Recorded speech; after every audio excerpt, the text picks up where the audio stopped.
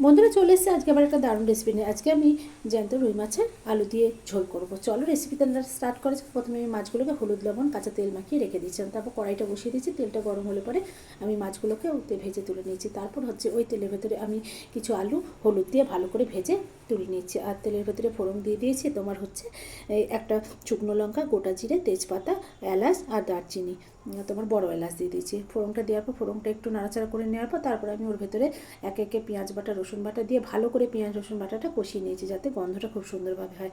তারপর টমেটো আদা বাটা দিয়ে দিয়েছি। তারপর জিরে গুঁড়ো, লঙ্কার গুঁড়ো, হলুদ আর হচ্ছে স্বাদ মতো লবণ আর একটু সামান্য চিনিটা দিয়ে ভালো করে কষিয়ে নিয়েছি। মশলাটা যতক্ষণ অবধি কষিয়েছি, যতক্ষণ অবধি না মশলাটা দিয়ে তেল ছেড়েছে, ততক্ষণ অবধি তেল ছেড়েছে তখন আমি মশলাটাতে উষ্ণ উষ্ণ গরম জল দিয়ে দিচ্ছি। তারপর ঝোলটা ফুটে উঠলে পরে হচ্ছে আলুগুলো দিয়ে বেশ খানিকক্ষণ ফুটিয়ে নিয়েছি। তারপর হচ্ছে মাছগুলো দিয়ে আরও কিছুক্ষণ ফুটিয়ে নিয়েছি। ফুটিয়ে নেওয়ার পর নামানোর আগে একটু গরম মশলা আর একটু ধনেপাতা দিয়ে নামিয়ে নিয়েছি। এই গরম গরম রুই মাছের ঝোলটা কারা কারা খেতে ভালোবাসো? আমার তো খুবই ভালো লাগে। তোমাদের কেমন লাগে তোমরা একটা কমেন্ট করে জানিও।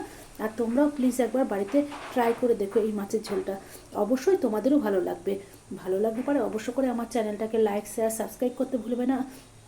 আর ফেসবুকের চ্যানেলটা ফলো করে আমার পাশে থেকো বন্ধুরা। আর প্লিজ একবার ট্রাই করে দেখো এই গরম গরম রুই মাছের ঝোলটা কেমন লাগে তোমাদের। ভালো লাগলে